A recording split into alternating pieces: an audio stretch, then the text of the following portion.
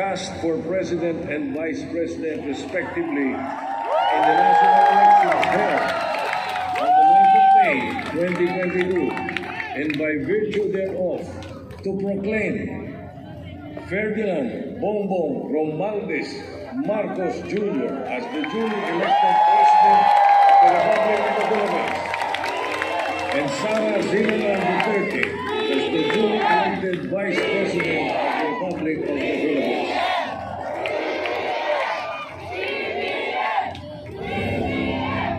To administer the oath of office to President-elect Ferdinand Romualdez Marcos Jr., Chief Justice Alexander G. Gasmundo. May we request on stage Attorney Liza Araneta Marcos, Ferdinand Alexander Sandro Marcos, Joseph Simon Marcos, and William Vincent Marcos to witness the oath taking.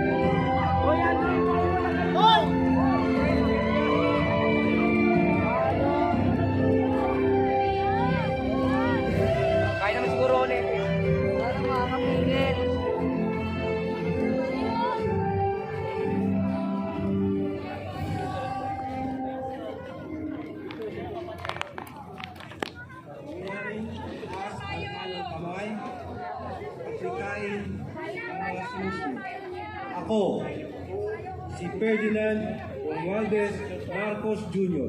Si Ferdinand Romualdez Marcos Jr. ay mataimtim na nanunumpa. Let's go! Natutuparin ko ng buong katapatan at sigasig. Natutuparin ko ng buong katapatan at sigasig Ang aking mga tungkulin ang aking mga tungkulin bilang Pangulo ng Pilipinas bilang Pangulo ng Pilipinas. ay Aalagaan at ipagtatanggol at ipagtatanggol ang kanyang konstitusyon. ang kanyang konstitusyon. Ipatutupad ang mga batas nito. Ipapatupad ang mga batas nito, Magiging makatarungan sa bawat tao. magiging makatarungan sa bawat tao. At itatalaga ang aking sarili At itatalaga ang aking sarili sa paglilingkod sa bansa. sa paglilingkod sa bansa. Kasi hanawa ako ng Diyos. Kasinawan ako ng Diyos. Congratulations, Mr. President.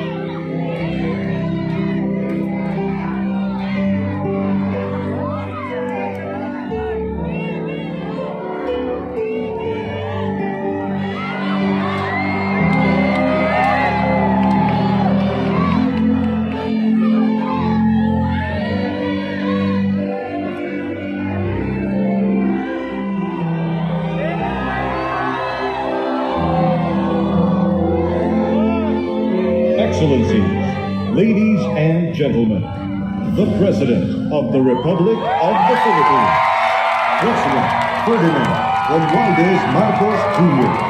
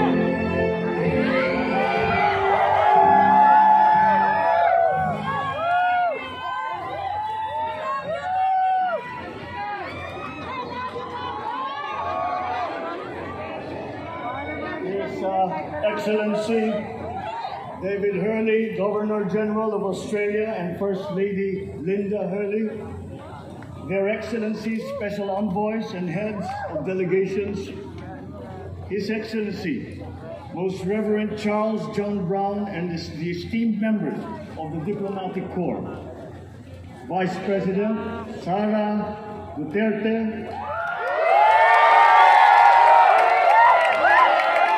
President Miguel Ramos, President Joseph Ejercito Estrada, President Gloria Macapagal Arroyo, Senate President Vicente Soto III, and the honorable members of the Philippine Senate, House Speaker Lord Alan J. Velasco, and the honorable members of the House of Representatives, Chief Justice Alexander Gesmundo, and the honorable justices of the Supreme Court, of course, First Lady Lisa Araneta, and my children, Alexander, Sandro, Simon, and Vincent. I cannot proceed without a special greeting, of course, to the former First Lady.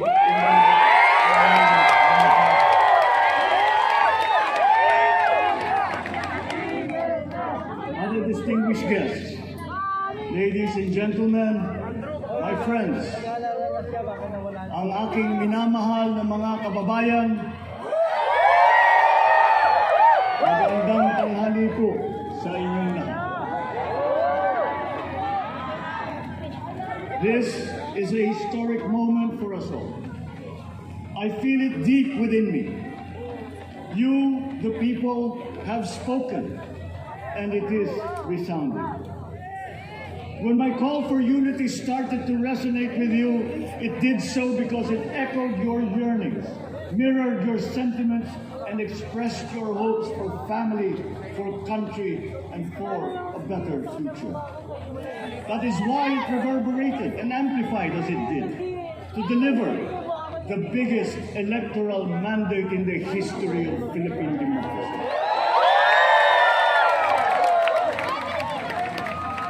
By your vote, you rejected the politics of division. I offended none of my rivals in this campaign. I listened instead to what they were saying. And I saw little incompatibility with my own ideas about jobs, fair wages, personal safety, and national strength, and ending want in a land of plenty. I believe that if we but focus on the work at hand and the work that will come to hand, we will go very far under my watch. You believe that too. At pinakinggan ko ang tinig ninyo na ang sinisigaw ay pagkakaisa. Pagkakaisa. Pagkakaisa. We will go farther together than against each other. Pushing forward, not pulling each other back. Fear of a misplaced sense of weakness. But we are the furthest from weak. The Filipino diaspora flourishes even in the most inhospitable times, where they are valued for their quality. The changes we seek will benefit all and will shortchange no one. I was not the instrument of change. You were that. You made it. I am now. You picked me to be your servant, to enable changes to benefit all. I fully understand the gravity of the responsibility that you put on my shoulders. I do not take it lightly, but I am ready for the task. I will need your help. I want to rely on it, but rest assured I do not predicate success on the wide cooperation that's needed. I will get it done. I once knew a man who saw what little had been achieved since independence in a land of people with the greatest potential for achievement, and yet they were poor. But he got it done. Sometimes with the needed support, sometimes without. So will it be with his son. You will get no excuses from me.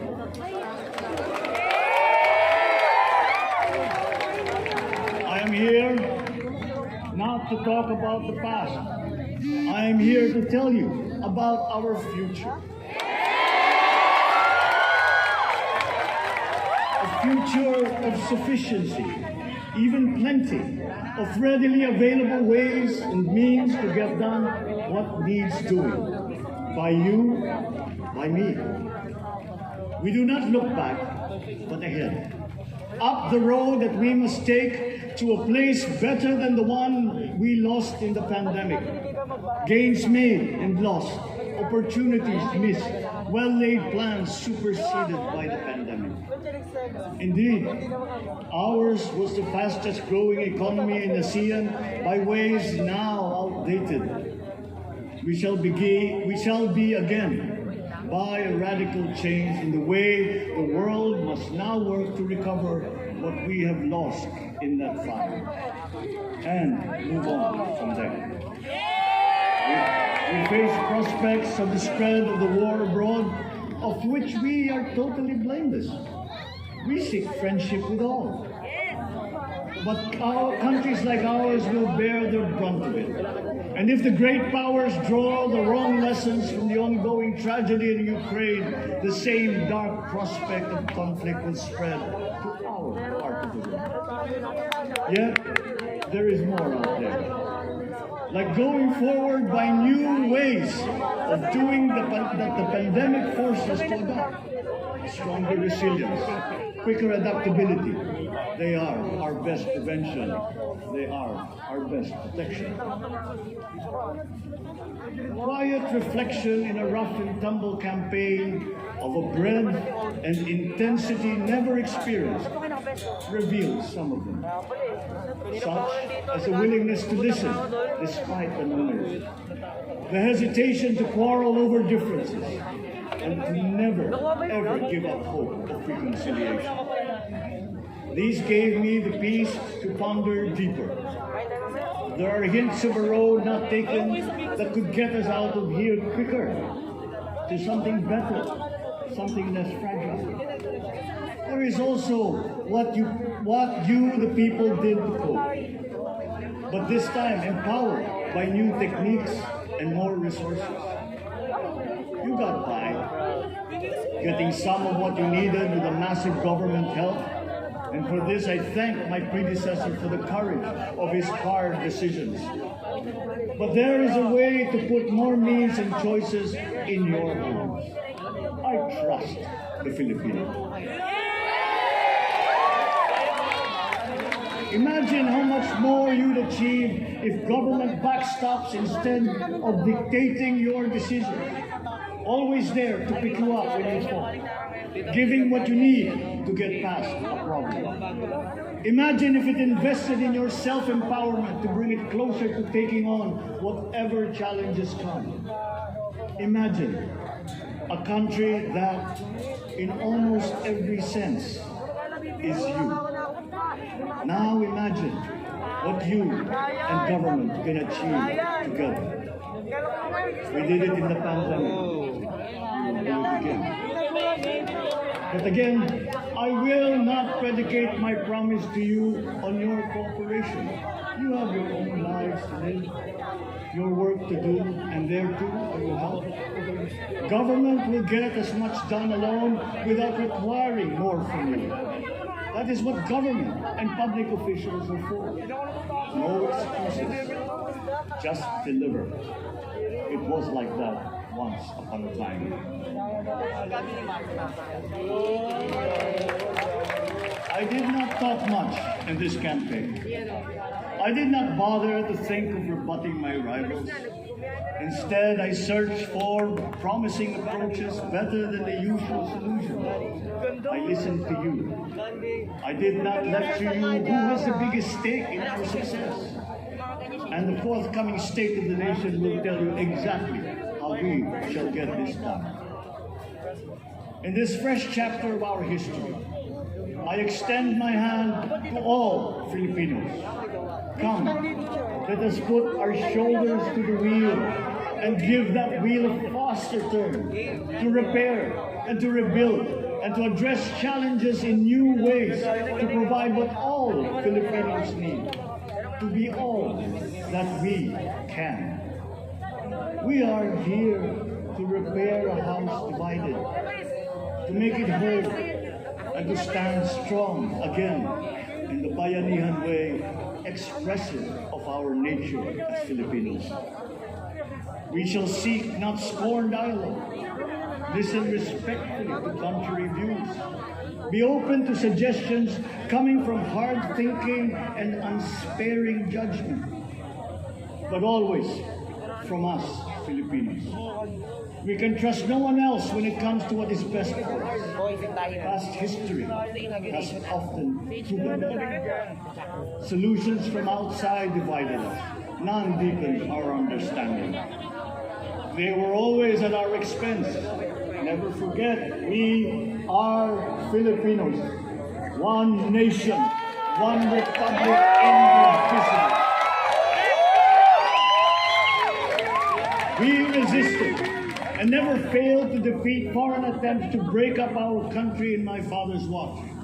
His strongest critics have conceded them. So let us all be part of the solution that we choose.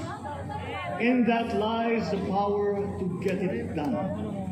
Always be open to differing views, but ever united in our chosen goal. Never hesitating to change it, should it prove wanting. That is how agile, resilient republics are made. Our future we decide today. Yesterday cannot make that decision anymore, nor can tomorrow delay it. The sooner we start, the surer and quicker the prospect of achieving our future. These are troubling times. What's happening to others can happen to us, but it will not. We see what's happening. We are witness to how it is being stopped, and we have seen the glory that crowns struggle against all odds. Giving up is not an option. We've been through times of bitter division, but united, we came through to this when it shall begin again, but better. The campaigns I've run have taken me here where I stand today. I listened to you, and this is what I have heard. We all want peace in our land. You and your children want a good chance at a better life in a safer, more prosperous country. All that is within reach of a hard-working, warm and giving race. Your dreams are mine. Pangarap nyo ay pangarap ko. How can we make them come true? How can we do it together? But I will take it as far as anyone with the same faith and commitment can, as if it depended entirely on himself. Sa pangarap na maging mapayapa ang ating bansa, ang pangarap nyo ay pangarap ko. Sa pangarap na maging maunlad ang ating bansa, ang pangarap nyo ay pangarap ko. At sa pangarap na maging mas masinang ang kinabukasan natin at ng ating mga anak, ang pangarap nyo ay pangarap ko. We are presently drawing up a comprehensive, all-inclusive plan for economic transformation. We will build back better by doing things in the light of the experiences that we have had, both good and bad. It doesn't matter. No looking back in anger or nostalgia. We road ahead, the immediate months will be rough, but I will walk that road with you. The pandemic ravaged bigger economies than ours. The virus is not the only thing to blame. What had been well built was torn down. We will build it back better. The role of agriculture cries for the urgent attention that its neglect and misdirection now demands. Food self-sufficiency has been the key promise of every administration. None but one delivered. There were inherent defects in the old ways and in recent ways too. The trade policy of competitive advantage made the case that when it comes to food sufficiency, a country should not produce but import what other countries make more of and sell cheaper. Then came Ukraine. The most vulnerable when it comes to food are the countries furthest away from the country, those bearing no blame for provoking. Yet they face the biggest risk of starvation. If financial aid is poured into them, though it never is, there is nothing to buy. Food is not just a trade commodity. Without it, people weaken and die. Societies come apart. It is more than a livelihood. It is an existential imperative and a moral one. An agriculture damaged and diminished by unfair competition will have a harder time, or will have no prospects at all of recovery. Food sufficiency must get the preferential treatment the richest free trade countries always gave their agricultural sectors. Their policy boils down to don't do as we do. Do what we tell you to. I'm giving that policy the most serious thought if it doesn't change or make more allowances for emergencies with long term. There is a parallel problem in our energy supply. Sufficient fossil fuel-free technology for whole economies has yet to be invented. And it is not seriously tried by rich countries. Again, consider the response of the richest countries to the war in Ukraine. But surely, a free world awash with oil can assure supplies. Or we will find a way. We are not far from oil and gas reserves that have already been developed. What we teach in our schools, the materials used must be rethought. I am not talking about history.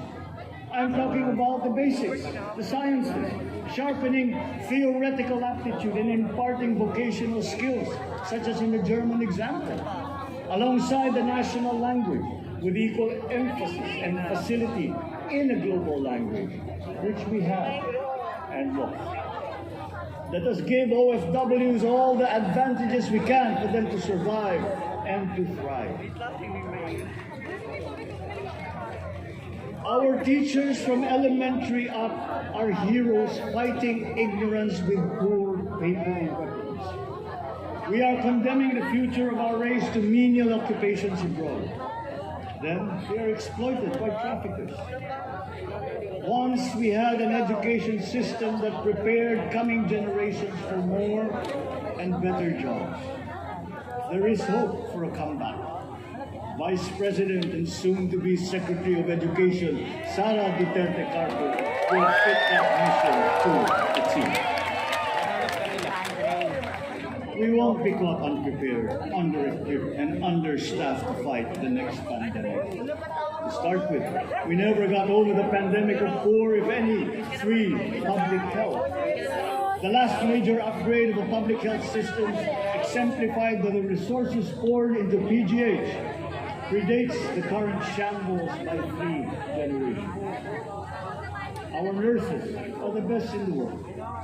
They acquitted themselves with the highest distinction abroad, having suffered even the highest casualties. With the same exemplary dedication at home, they just got by. They are out there because we cannot pay them for the same risk and workload that we have back here. There will be changes starting tomorrow.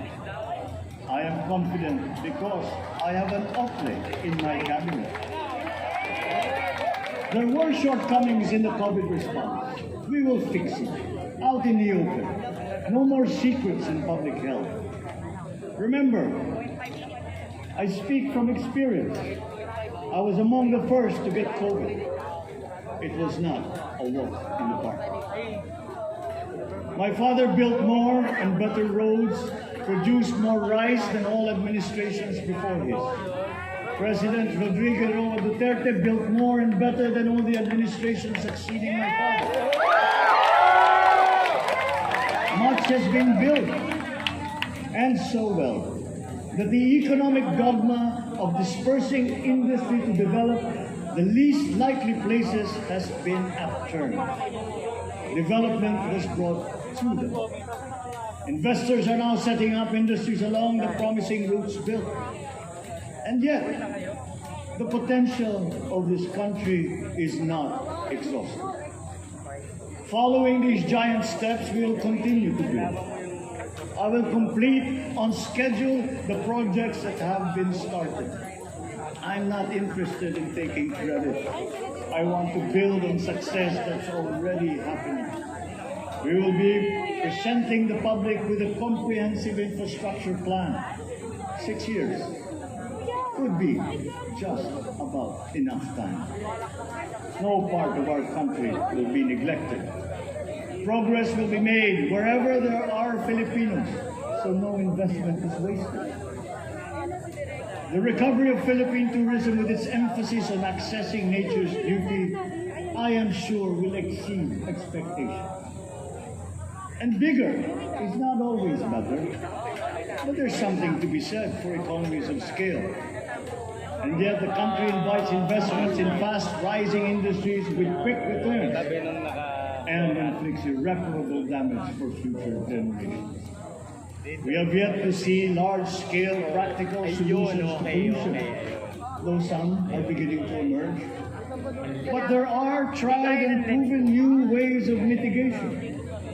Blades have been turning over the sand dunes of Ilocos Norte, harnessing a power all around, but unseen, long before this day. I built them. The rich world talks a great deal, but does a lot less about it than those with much less, but who suffer more death and destruction from climate change and lack of adaptation. We will look to our partners and friends to help the Philippines, who, despite having a very small carbon footprint, is at the highest risk. First, spare victims, then help them recover, and move on to lessen the harmful impact of climate change. We too have our part to play. We are the third biggest plastics polluter in the world, but we won't shirk from that responsibility. We will clean up. You will not be disappointed, so do not be afraid. With every difficult decision that I must make, I will keep foremost in my heart and in my mind the debt of gratitude I owe you for the honor and responsibility that you have conferred on me. Whatever is in a person to make changes for the better of others, I lay before you now in my commitment. I will try to spare you. You have your other responsibilities to carry. But I will not spare myself from shedding the last bead of sweat or giving the last ounce of courage and sacrifice. And if you ask me why I am so confident in the future, I will answer you simply that I have 110 million reasons to start with. Such is my faith in the Philippines.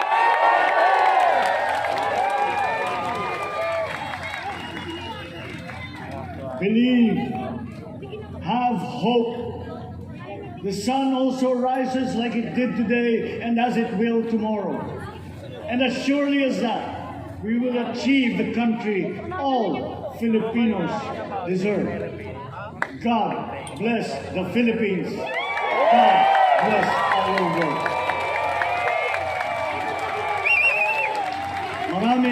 Maraming salamat po sa inyong lahat. Mabuhay ang Pilipinas. Magandang tanghali po.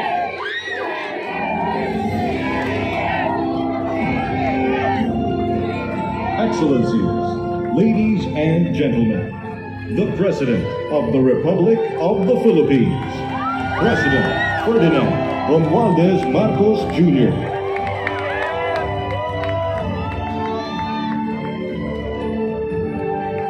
We will now have a photo opportunity with President Ferdinand Romualdez Marcos Jr. May we invite the first family on stage. First Lady Liza Araneta Marcos, Ferdinand Alexander Sandro Marcos, Joseph Simon Marcos, and William Vincent Marcos.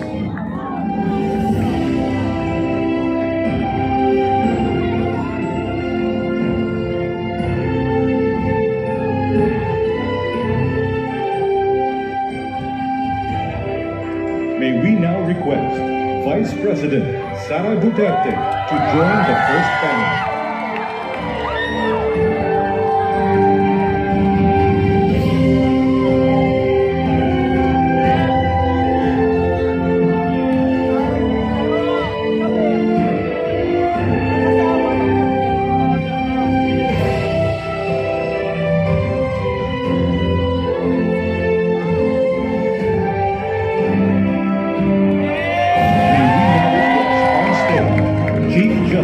Alexander G. Gesmundo and Senate President Vicente Soto III to join the first family.